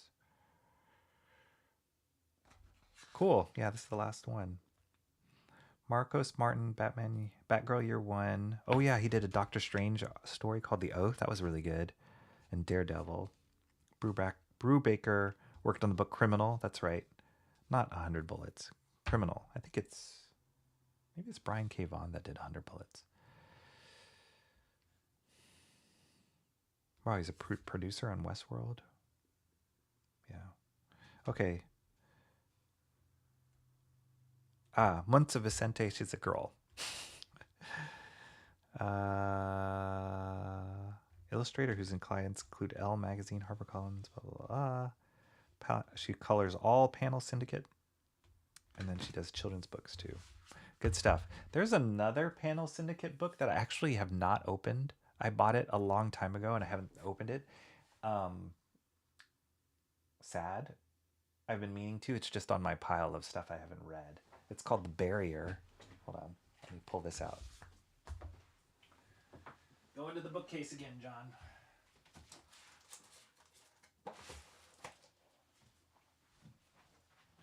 And they tend to do this like wide format.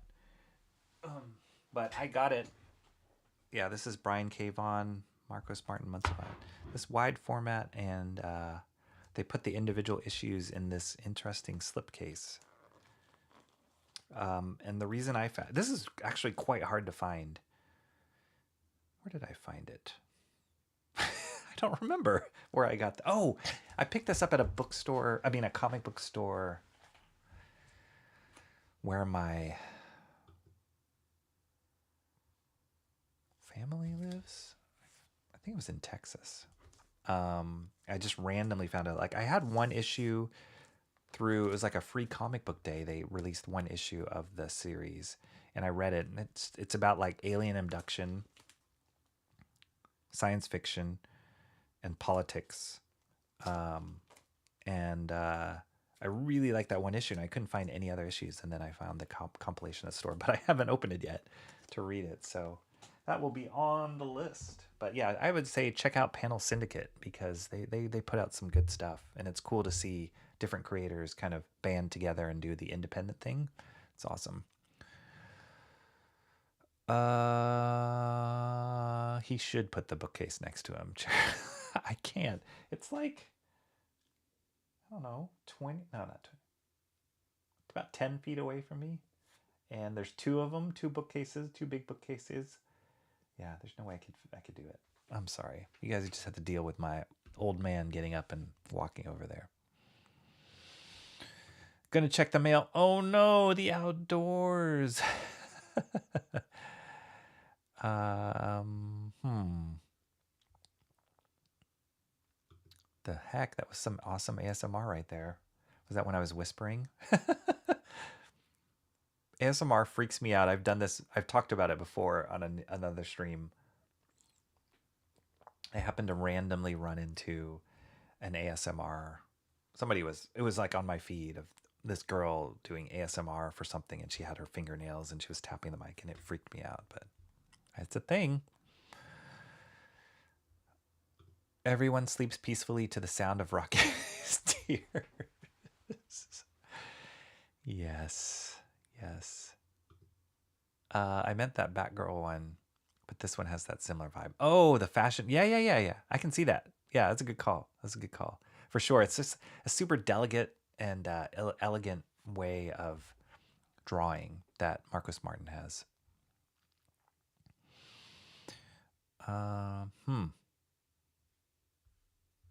Let's see.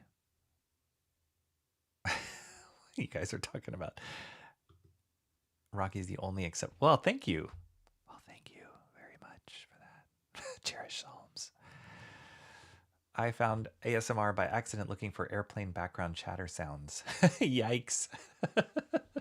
I don't know why you were looking for airplane background chatter sounds, but yeah, that could be interesting.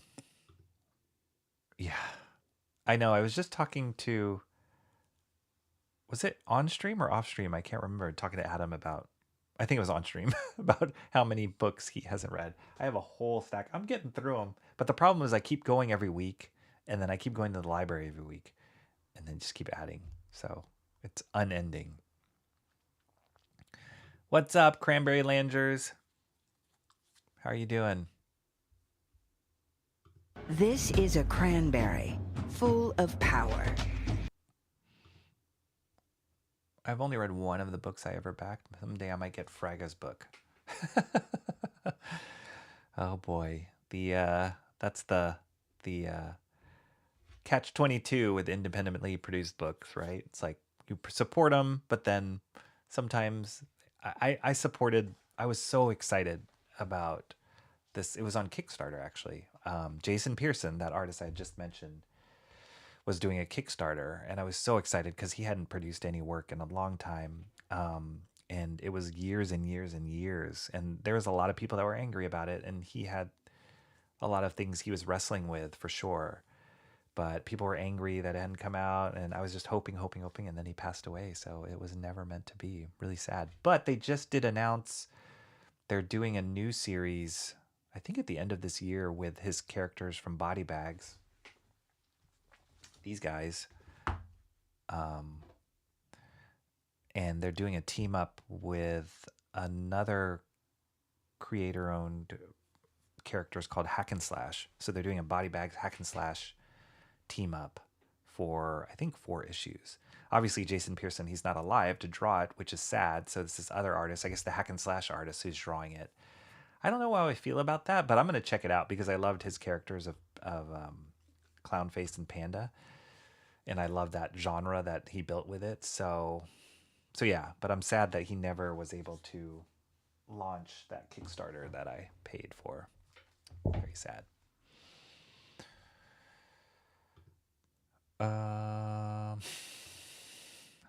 Did I not give you your sound, Chat Ninja?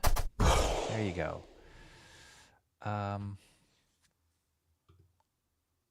You just got off work, better than I was about 7 minutes ago. Aren't your brother's cats coming soon? You'll feel much better. When you get off a long, hard day of work, come home to a couple of cats. They may or may not drive you crazy, but you'll feel better. Rocky was looking for the airplane background chatter sounds as background to fall asleep. What? Are you kidding me? For looking for the... Really? Oh my gosh. So maybe my voice equates to airplane background chatter because you're always falling asleep. My frequency of my voice is the same as airplane background chatter. Let's see. Frigga only recently acknowledged his hands were shaking. That's why he never completed. Oh, no kidding. Like, health-wise? Oh my gosh, that's frightening. That is a frightening thing to think of, like, as an artist, to lose control of your hands and even your eyes. Like, that's a frightening thing. I know Shant always, he says it a lot and it freaks me out, but he's so true. It's like, you think, we're not getting any younger, and you got to do it when you can do it. So as an artist, you got to like draw and get it out there, because you can see how artists, like, at the end of their lives or later seasons in their lives, decline and their artwork suffers from it. Very scary. I hope he's going to be okay. Oh, Hack and Slash is a fan favorite. Yeah, I've never read Hack and Slash, but there's a lot of similarities between those characters. I think it's a father-daughter team. I know it's a big guy girl team, similar to Body Bags, so I can see why they put those together.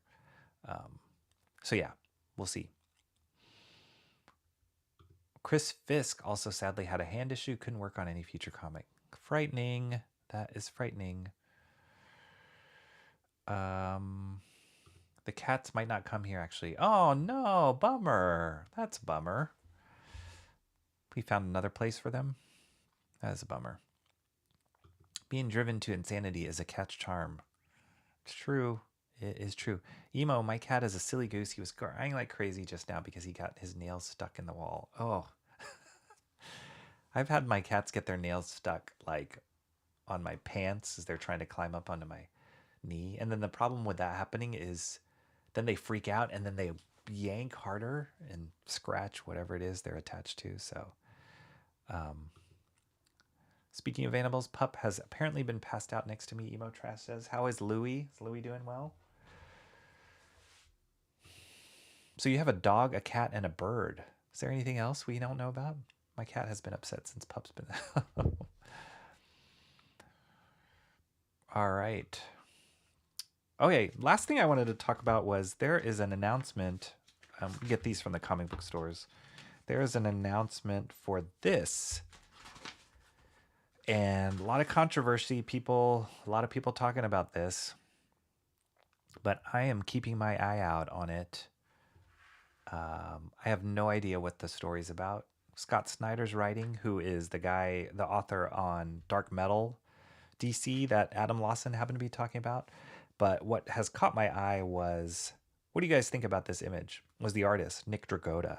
I really, really like Nick Dragotta's artwork. He, as far as I was concerned, became famous on his work on East of West, which I have all volumes of that. I think I've pulled it out on stream before. But he also did a thing called Ghost, a series called Ghost, is it Protocol? Ugh.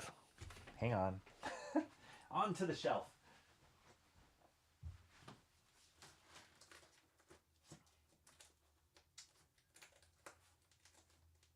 And did I keep it on the shelf or did I move it off the shelf? Sometimes I have things on the shelf that they last on the shelf and then I'll pull them off after a while if I don't reference them or I'm not reading them. I think it came off the shelf. So then what the question is, which one of my boxes did it go in? Ah, perfect. Nick Dragotta.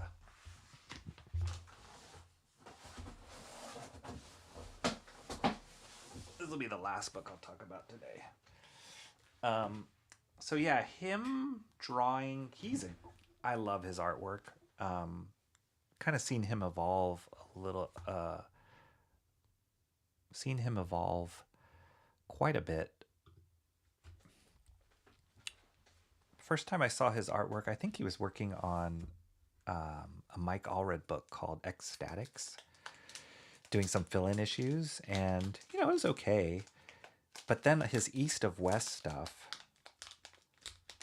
was phenomenal, and part of the reasoning, I feel like, is because he brought like a manga influence into his work, but he kind of took it to another level. I won't pull out East of West right now because I think I've pulled it out before on a previous stream, and this artwork here is pretty reminiscent of what East of West is, but you can see his influence from manga stuff, but he does great, huge sci-fi epic scapes or landscapes, and then he does awesome action. But he has his own spin to it. It doesn't just look like a manga ripoff. So he did this limited series called Ghost Cage. It's kind of like sci-fi, futuristic commentary on the environment. But it's really cool artwork. So him drawing Batman is really intriguing to me. Yeah, look at these covers. These are really cool covers. Him drawing Batman is really intriguing. And that image of Batman, I've seen online, a lot of people are not digging it. They're like commenting on the bat symbol and how thick he looks. But I don't know, it looks pretty cool to me. So I'm very curious. I will definitely be picking up this book when it comes in. I have no idea what the absolute all in. They call it all in, which is kind of a hokey title, if you were to ask me. But it's the finale of the absolute power. So I'm probably not going to know what the heck is going on, to be honest, because I haven't been keeping up with any of the absolute power stuff. But I don't know. I love that image. That's cool. Great cover on Ghost Cage. Cranberry Landry says, yeah, it's cool. You can get this as a trade paperback now for sure.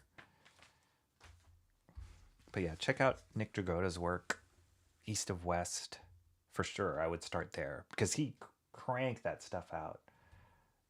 If you look at some of his original art that's available too online, I mean, not available to buy because it's all sold out, but he did some cool pinups of all sorts of characters.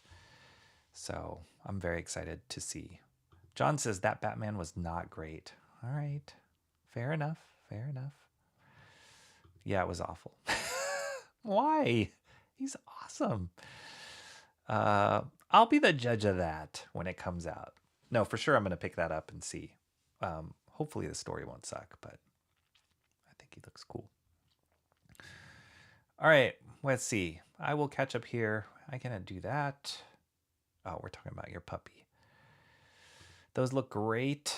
Cranberry Landers, he's on my page. I don't like how this S and exclamation mark. There. Humble Zookeeper.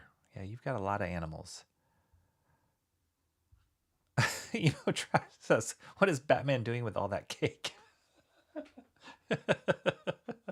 That's probably that's the reaction people are saying. Awesome one says, legs ugly. Cheris Solms, why is Batman posed like that? I mean, it's cool, but he's so beefed up. Yeah, we'll see. We'll see what happens. Absolute Batman, if that's not progressive stuff in there, it might be good. I think it's probably progressive. I think they have an absolute power. I think I just saw on the rack, like they have absolute power for a bunch of different books. And one of them was on, when I looked at it, I was like, why would I want a book on that person? It was whoever the head of the Suicide Squad is. I forgot her name. But she had her own book, and I was like, why would I even care? Here's more of a classic Batman you guys might be interested in. This is Chris Samney's artwork on... this is not absolute. They're calling this Batman and Robin Year One. Chris Samney is a great artist. He has very, very like graphic, simple style. Did a great run on Daredevil and Black Widow and Rocketeer. He's done a lot of stuff. Super fast. And he did his own creator-owned series called Firepower and Jonna. All right, I said that was my last book, but no, this will be my last book.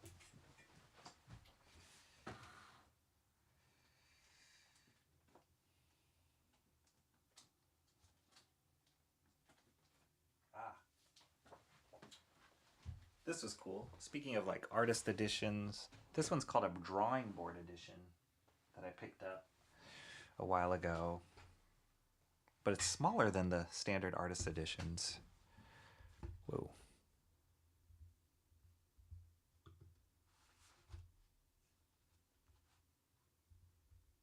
All right, I don't want to see my legs. Yeah, it's smaller than standard artist editions, but bigger than a regular comic book. But this is Jonna. Chris Samney is just great. He's an awesome artist. I think I've showed you guys I have an original Batman drawing that he did. Right. Can you see that right there? That Batman sketch he did. That's Samney. But yeah, I think the series is over, but it's basically like, it was more like a young adult kind of story, but you could just see how awesome Chris Samney is at drawing and storytelling and really simple style. So yeah, he's doing this Batman Year One, Batman and Robin Year One, which is looking cool. I love that they showed black and white images here of his stuff. So maybe this is more of your Batman, more Batman of your liking than Nick Dragotta's. Without the cake. All right. What else?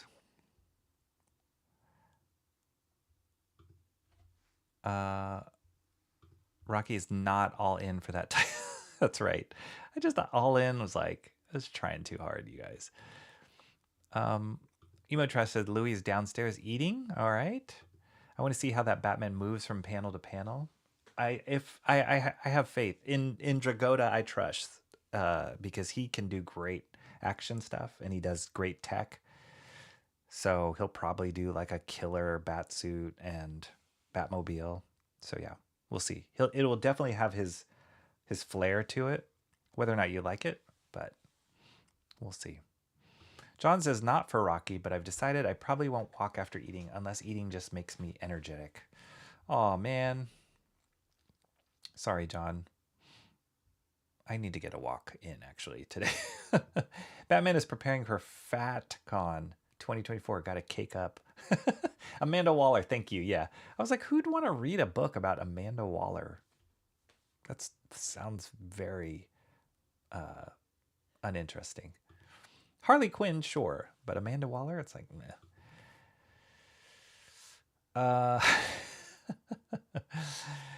Fatback Con. Suicide Squad used to be about random villains doing good under duress, but DC ruined it by making Harley a leader. Yeah, just because Harley did well and sold well, so they're like, all right, well, we'll make her a leader now. So, yeah, I don't know. I don't mind that Batman all-in cover. That's norm for alternate reality takes. Different designs. Good point. Jonna looks kind of fun. It is. It does skew young, but it's about this little girl character who fights huge kaiju monsters. So pretty fun. Even the cover is in black and white. Actually, Jonna, if you're talking about Jonna, it's actually in color. The whole book's in color, but this drawing board edition was just to show the black and white art, which is why I got it. This is what it looks like in color. Pretty cool.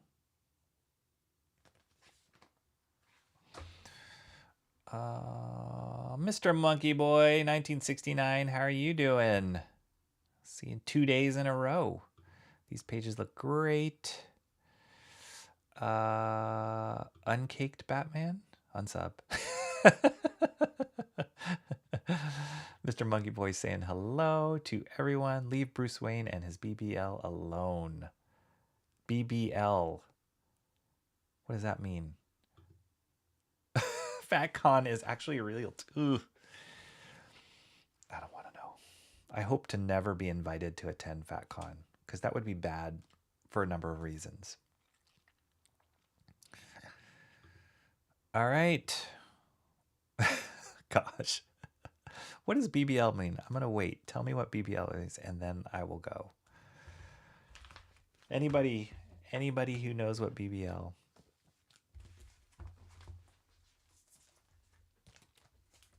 Awesome one saying hi to Mr. Monkey Boy. Oh. Gotcha. Yeah, Batman with a BBL. Not so great. Not so great. Look at all you guys. Oh, good. Nice. All right, everybody. Well, that's what I got. We got the interview with Adam Lawson. If you guys are late coming in, check it out. It was really fun connecting with him. Check out his book. His crowdfunded book. This is the preview. This is why I got him on the stream. Psycho Slumber preview, where he teamed up with Phil Diaz, Zaid Comics, and did a crossover with his project. It was Lost Pages, and his is called, Kill Journal. So Kill Journal and Lost Pages combination. But yeah, picked up this fun preview issue and was able to talk to him about it. Subscribe to his channel. Gifted Rebels is the name that he goes by on X and YouTube and apparently Twitter. I mean, not Twitter, apparently TikTok. So check him out. He's always got great comic content coming out. He does a lot of like top 5 books, or he does videos on the comic book shops that he visits. But he's just high energy, huge passion for comics, just a fun dude, really nice. So subscribe to that. And yeah, and those were the books that I picked up this week. There you go. So that's 2 streams for you guys, back to back. I'm going to be working on my setup for the master study again. I really liked how that turned out, other than my own camera. But I'm going to be noodling away on that page a little bit more before I go back on stream again to tweak and correct some stuff. But there you go. There's the stream.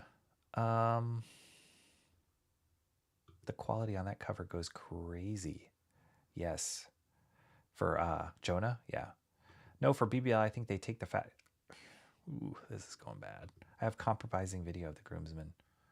You do? Oh no, that's not good. I watched a vid where they in fact took the don't need to see that. There's certain things that were not meant to be filmed, and that's one of it.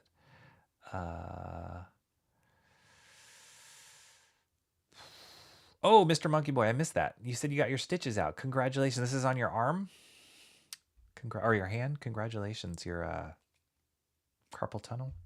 Congratulations. Hopefully your recovery and you're doing your exercises and therapy to get that back working for you. So hopefully that's good. All right. I think that's it. That was a cool idea for a stream. Thanks, Mark. Glad you could make it. I hope to have more people to interview in the future. And oh yeah, the you mean the master study? Yeah, for sure. And I learned a lot already for that one stream. So hopefully to do it some more. All right. I think that's it. Oh, I did forget one more thing.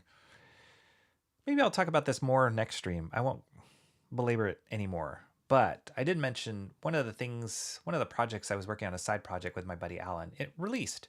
We got to do a small segment in a Weird Al Yankovic video. So go check it out. It's called Polka Mania. We did the sequence that was a spoof on the Miley Cyrus song. Sounds crazy. Flowers. Yeah, we did. It's a clip in there. That whole Polka Mania song is a montage of a bunch of different animators that all jumped in. And we each got different songs to do. So we got the Miley Cyrus song, Flowers. And Alan and I and another buddy of ours, Roman, worked on it. And it came out, just launched last Friday, I want to say, or Monday. I think it was last Friday. So check it out. It's called Polka Mania. The more you watch it, the more Al will do better. Or, get notoriety or whatever. The better it will be for Al, the better it will be for us. So go watch Polka Mania. And maybe I'll talk about it more next stream. It was a really fun project. It was really quick, but I was able to do a bunch of designs for that, character designs. I posted about it on X and Instagram, so you can check out some of those sketches. But yeah, maybe I'll go over that a little bit next stream and talk about that process, because it was really fun to work on. And that was the second video that I've worked on with Weird Al. Awesome dude. But we'll talk about that more later. All right, you guys, take care. Have a good Wednesday, and see you next time. Ciao.